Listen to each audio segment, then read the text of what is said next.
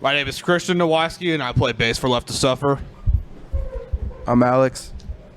And he plays drums. I play drums. I'm Pete. I play rhythm guitar. I'm Spinch. I miss a lot of notes. Yo, I'm Taylor. I'm the vocalist of Left to Suffer, and you are watching RichardMetalFan. So what's up, guys? Just did an interview with Tyler from Traders, and I get to finally sit with the boys in Left to Suffer. Got the whole band right here. Yeah, we got Christian over here, Slap is the bass, Alex playing drums, Pete on guitar, Jacob on guitar, and Taylor on vocals. How you guys doing? We are fucking fantastic. Lovely. We just did our first 3 shows in Florida. Now we doing a hometown in Georgia. We fucking about it. This tour so far has been pretty damn insane. That's great to hear, guys. So basically this format is I want to talk about like you guys' journey from music from where you started to now, but let's just dive right back into the very beginning. What were the bands that got you all into metal? What made you want to play your respective instruments? I guess we'll just go down the line starting with you, Christian. Slipknot was definitely a huge one. And then, you know, like got into deathcore later, like the Acacia Strain, Whitechapel, Chelsea Grin, like those bands, like, yeah, it got me really into music. Slipknot, Linkin Park, shit like that. That's what got me into it. Slipknot, Korn, Limp Bizkit, and then after that was like a little bit of Whitechapel, Chelsea Grin, Carnifex. Now lately, like Alpha Wolf Fucks, that's some shit I'll bump lately. 1056 is good, that kind of shit. You know, if you haven't ever heard of this band, they're really underground, but they really influenced me. They're called Slipknot. But what does Corey Taylor think? Right, bands like that. Lamb of God was a huge one for me personally, but then like getting into like new metal like Korn and shit like that, then into deathcore with Whitechapel. I don't like metal. I just kind of do this for shits and gigs. You know what I mean? No, I'm just kidding. I like Korn, Slipknot, Limp Bizkit, and it's pretty sweet. I enjoy Alpha Wolf as well, and 1056 and all those other bands that are coming out. It's pretty sick. They stay inspiring us to make better music. Yeah, nothing wrong with the new metal stuff because hey, if it wasn't for Hybrid Theory by Linkin Park, I wouldn't have gotten into like Tomb of the Mutilated by Cannibal Corpse or stuff. Dude, I also liked Linkin Park. That's another.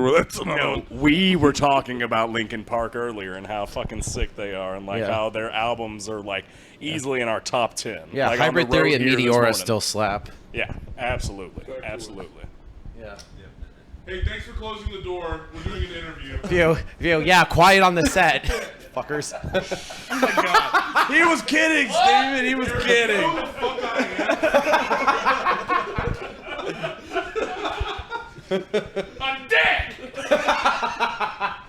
So, this is just getting crazy, man. So, yeah, this is awesome. So, what were your guys' bands like before starting up Left to Suffer? Let's just go down the line again. Okay. We did bands. There was a couple bands I was in high school, yeah. And then my last band I had was this band called Vacant, and we wrote some good stuff. Yeah, I remember seeing you guys open up that Carnifex Oceano show a few years ago. Yeah, when we started all working together, I really brought that influence in and just made this fucking, made our sound.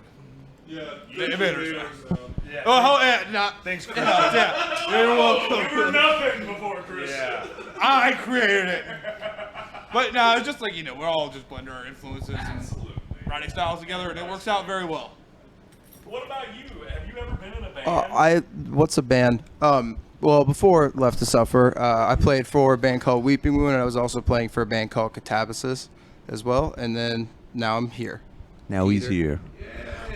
Before Left to Suffer, I was honestly just like a huge Christian Nowatsky fan, and I just wanted him to be in our band so that way we could have good music. Because like before he was in the band, we sucked, man. So no. Maybe one day we'll be like Nowatsky. We actually all used to like be in a few local bands, and then we actually all had a band called Lost at Last with like a few different members and stuff. Yeah. And that's actually the band that like we kind of like put to rest once we found our manager Jeff, and Yeah. he gave Shout us out to you for hooking us up. Oh yeah, shout out Jeff, absolutely, because he gave us a lot of insight and showed us a lot of ways. So that's kind of what you see right now is what Jeff teaches us and what we kind of do with it. Hell yeah, absolutely. Yeah, Lost at Last, it was my first serious band that I was ever in, and I think that that's crazy, you know, to go from the pretty much same group of guys, you know, and just working through it and finding ourselves until, you know, we found Alex and even became more of this unit and this entity that we are. And it's just, it's very nice, you know, because a lot of people go through tens and tens of bands before they find somewhere that they really click. So I feel very privileged to have not had to venture off much. But I did try to start a band one time called Arvera. And I don't know if you know what an Arvera is, but it's not a word. I don't know why I thought that. But it's a hell of a name, man. It sounds cool, but it's not in English. I don't know what it is. I was in several bands that don't matter. Yeah. And then I was in Lost at Last, and then that's yeah. I was in Imperishable, The Wicked Within, friggin' The Apothecary. It's pretty sweet. It's pretty sweet. It was a good time. Yeah, so how did Left to Suffer form? Because y'all formed 2018, 19? So basically we formed because Jeff told us Jeff told us Jeff told us that our name sucked when we were Lost at Last, and we were like, yeah, you're right. Well, no, And then- he said it doesn't represent your music, and it sucks. And it sucks. And then we were like, yeah, you're right. And then so we changed it, and yeah, here we are. Now we're Left to Suffer, and it's pretty badass, and I fucking love it. You son of an uncle. Ready? We actually had a lot of songs written as Lost at Last. We had a whole EP, and then like 2 new songs that we were working in just gotten recorded, and we showed Jeff the new song, which ended up being Burden. And he was like, this is what y'all need to do. Like, this is y'all's sound. This feels like what is going to move forward and actually do something. We're like, yeah, we like this shit a lot more anyway. We actually showed him Lost at Last. We had Burden and Lost at Last, like, ready to go. And Jeff, once he heard it, he was like, yeah, I fucks with this, Lord. I got you. Come say hey real quick. Ooh, we got a special guest, boys. Yeah, featuring my man right here. Tell the camera what your name is. I'm Daddy Dave Weiser. Daddy Dave right here. I play bass in Scumfuck. Yeah, bro. He's not that bad. Hey, come tell me. Hey, come here real quick. Hey, come here. Now the Hey, interview's this getting on is track. this guy. He's gonna give me half his The chicken previous breast. interview that I just did. You know, you got to get in there. You play the game, and you're a great player. You know, he goes out there. He's a lineman. He's a big guy. And that, you know, that's what you need out there is a little bit of this and that. You know, ex-football player, and he's got what it takes. It's that simple. Man, I love when John Madden just crashed the interview. What a fucking legend, dude. This is just sitting there getting more fun. So all of our interviews are this chaotic, dude. Honestly, all of our interviews are this It bad. was gonna be serious, and now it just turned into a party. So tell me about the Year of Suffering, your guys' first release that you put out in 2020. I think that's fucking sick. Tell me about where'd you all record it at? So we recorded all this stuff with Aaron Pace. Shout out to Aaron Pace. Made us sound fat boy. Yeah, I've definitely learned a lot. Aaron was awesome. That's pretty much a culmination of us just really, like, I feel like, in my opinion, A Year of Suffering was us like, experimenting and trying to find exactly what suits us as a band, because all of them are just singles that we wrote throughout the first year. Obviously, A Year of Suffering, you know, kind of explains itself, but it's all just our singles with, like, 2 new ones, but it's all just, like, us just trying to figure out how we want to sound. And then moving into On Death, I think, is where we really solidified where we want to be as musicians. Yeah, because I heard the Year of Suffering ring. It sounds fucking sick. I also love your covers of Slipknot's Eyeless. How did you all decide to do that song in particular? Yeah. Tell we hate Slipknot. So we're like, Hey, Corey, get these guys to open for Yo, you guys. Corey Taylor, dude, what do you think about it? hey Taylor, Corey. I wrote all the songs, including the Slipknot song. Okay. He doesn't get He's lost his microphone privileges for this interview.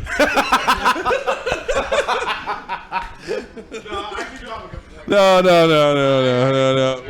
Let's just cut the interview. Well, that's it, guys. But, you know, it was cool when we're coming up with the Year of Suffering. It's just like we approached every song differently with how we're going to write it. And, you know, after like doing it for a while, we all kind of figured out like where everybody's strengths are, and just started like writing a more cohesive sound with On Death and then everything we're releasing now and going forward. So it was really cool. It's like I actually write everything, so yeah, that never happened. So even the Slipknot song, I wrote that too. I wrote it. I mean, I was only An 5 at that interesting time. little tidbit about the Eyeless cover. We actually were kind of looking at the fact that it was coming on 20 years for the anniversary of their first album. Yeah, their self-titled debut, man. And so we wanted to kind of pay an homage, in a sense, like, because I mean, the majority of us were all super influenced by it. Respect that shit. Yeah, we try to throw some respect on that name. Respect on that name. Try to. Did you like it, Corey? Did you hate it? Tell me. Comment. Please say something. Video react this and let me know. Yeah, and if there was any other cover songs that you would like to do. It's just one of those days. Break Stuff by Limp Bizkit. Yeah. Yes. That would be a fun one. Yeah, Break Stuff by Limp Bizkit though. This would be fun. Yeah. Break biscuits by Limp Stuff. Yeah. Or limpy stuff. So then the On Death EP, I thought that was a good EP. Was there like pressure to follow up Year of Suffering? Honestly, no. I feel like that was the most like genuine us writing, because that was the first time we wrote by ourselves. Like we just really locked ourselves in a studio space. Shout out Chris Davis for letting us use your studio space. We just locked ourselves in a room and pretty much just were cranking songs out, and pretty much just from the heart. Like it was really just pretty much the most visceral Left to Suffer EP that we have done this far, I think, in my opinion. Yeah, and I noticed you also collabed with like Ryo from Crystal Lake and Tom Barber from Chelsea Grin. How did you all decide to work with them on there? They're badasses. Work speaks for itself. Yeah, Crystal Lake, Alpha Wolf, and Chelsea Grin, and obviously Tom with Lorna, and he's in Darko now, but Yeah. just absolutely ridiculous, phenomenal vocalists that we all look up to and are like, definitely fans of. So I mean, it was pretty much a no-brainer to get them on the songs. All right. And does collaborating with other artists maybe allow you to like open like new ideas vocally? Yeah, I think that's definitely that's definitely like a shining point for those, because like for 2 of the features we let them write their own stuff or whatever, and they basically it kind of brings like a new feel for that part into it, and it kind of breathes a different light into the music that we didn't see beforehand. I thought it was pretty cool.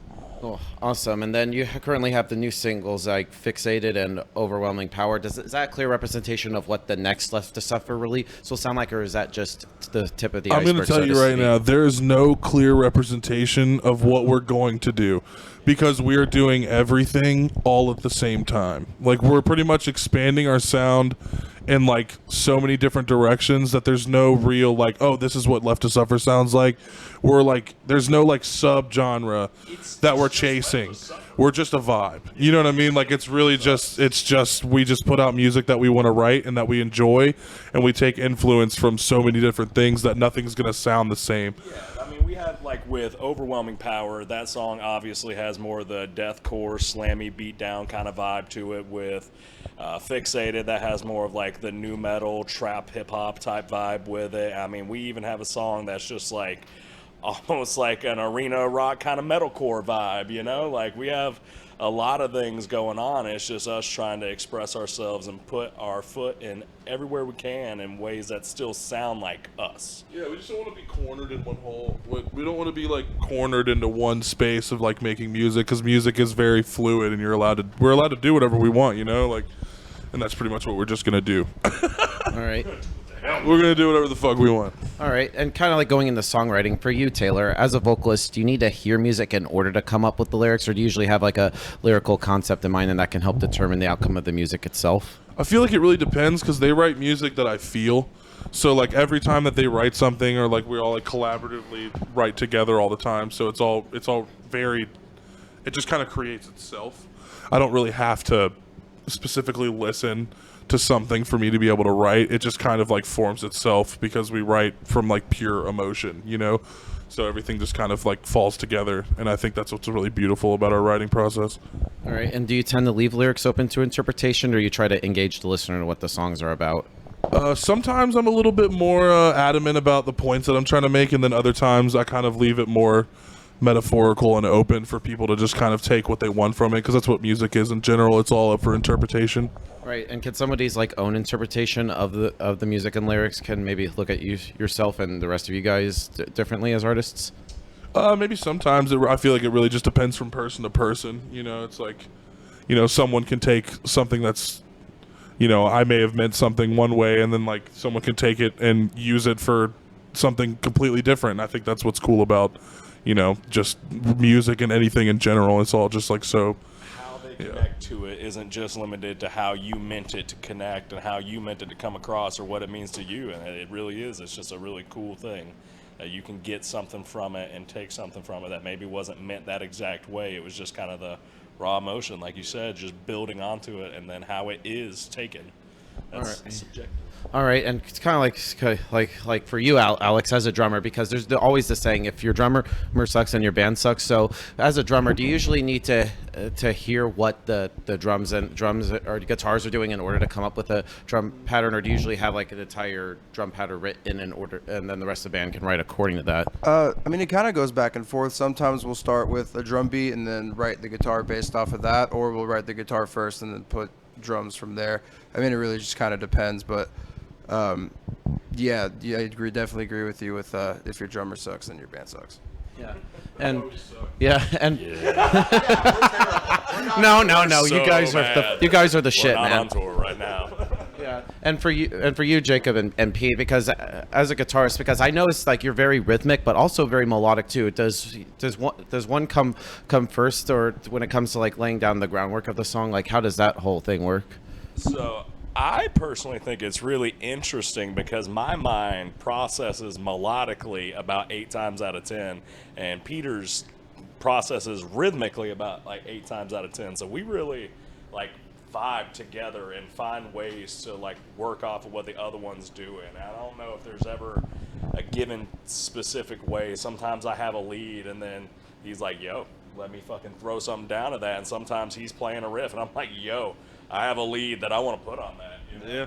Awesome. Yeah, we try and keep it intertwined. And, like, dude, even fucking Christian grabs on the old fiddle every now and then, fucking writes some shit, too.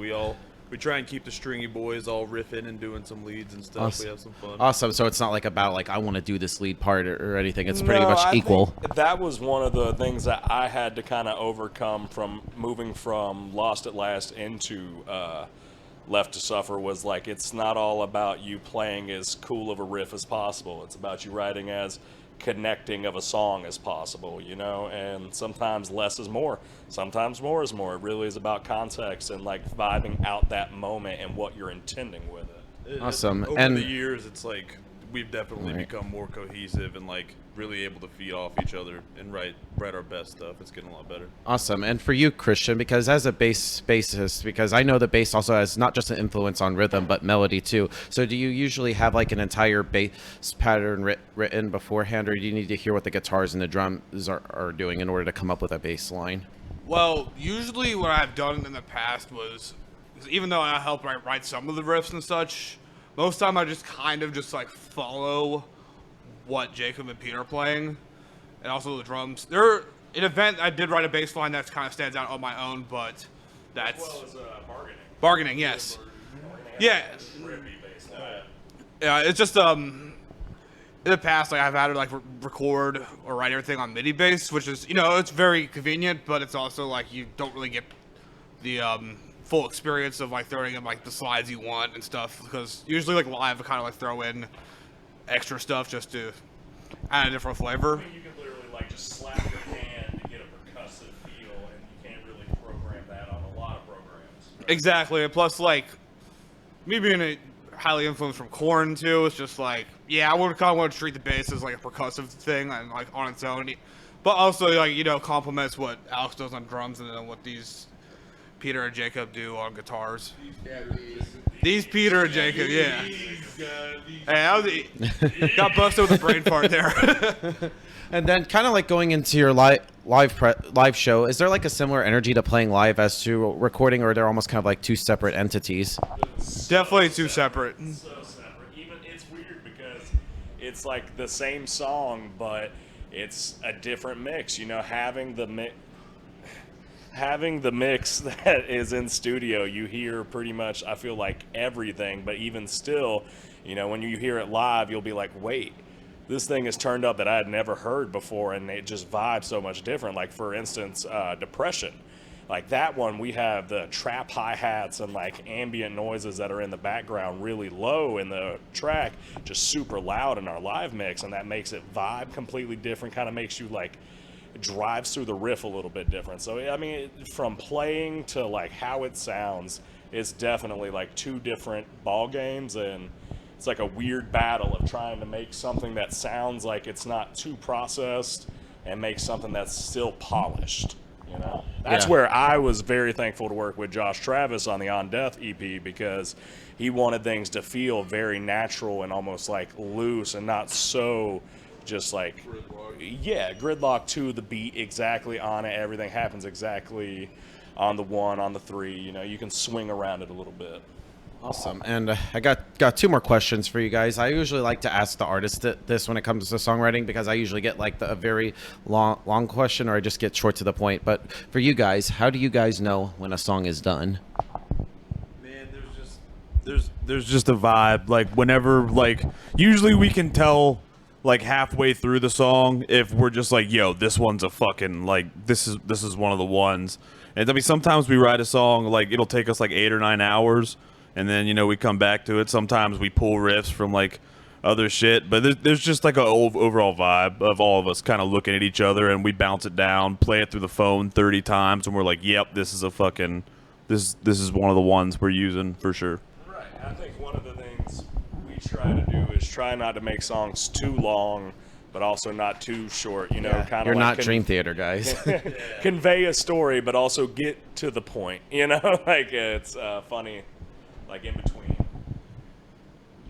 Yeah, it's like, you know, between like the 16 and 17 songs we've done, I think overall, like, how many demos do you think you guys have like made all together? Like maybe 30 to 50. Oh, a lot. Yeah, just what's out. But also, like, some of the newer stuff we're working on too is like pulling ideas that we've written before, where it's like the song itself we weren't really feeling it, but there's like a part where it's like that was sick, that can be implemented somewhere else, or it's like some sort of concept that can be. Yeah, I know when the song's done. He puts vocals So on whenever I put my sweet fucking vocals on it, and then everyone's like, and everyone's lovely, just like, beautiful voice. damn, bro, this shit is banging, dude. Before that, you know, I really have to save the songs that we do. I like pull them out of the dirt with like me putting vocals on our music. No, I'm just kidding. It's really, and honestly, I feel like whenever we know it's done, it's like everyone's just done their part and everyone just does their part. That's such a high level that it's like our songs get done so fast, and it's awesome. Awesome. And then the final question I wanted to ask you is, coming from Atlanta, Georgia, where we're at, there's like a great scene, like bands like Mastodon and Seven Dust and Cloak and Withered. Like, I feel like Atlanta has a very diverse metal scene. So was there like a scene that you guys feel a part of here? Or was it for the goal for Left to Suffer to like get outside of Atlanta and just play in front of like different audiences and countries and states and stuff? Oh, I mean, I think it was always to blow up and act like we don't know nobody. I mean, we want It's over.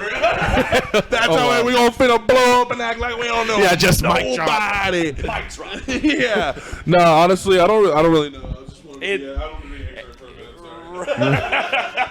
Right. No, I mean, I feel like it is like you love the metal scene and like the local scene and even like the stadium scene in a sense, but you just want to take it everywhere. You want to see it all. You want to be able to do your music and see people connect to it wherever people connect to it, whether it's in a bar for 30 people or it's in a stadium for 350, people, whatever, 350, 100 million trousers. All right. So before we go, I just want to thank you guys for this interview. Dude, thank you, bro. If it was just anything else with Left to Suffer that you guys would like to promote. We got new music coming real motherfucking soon, and it's our best song coming yet, baby. It will be on So What Fest in Blue Ridge this year too. It's gonna be fucking lit. I saw the announcement. That was awesome. That's great for you guys. I'm happy for y'all. It's gonna be May. Yeah. It literally is going to be May. It's gonna be May. So for more than one thing. What? I didn't say that. Yeah. So thank you guys. So everybody, Richard, Left we to love Suffer. you to death. Love you guys. So Left to Suffer, guys.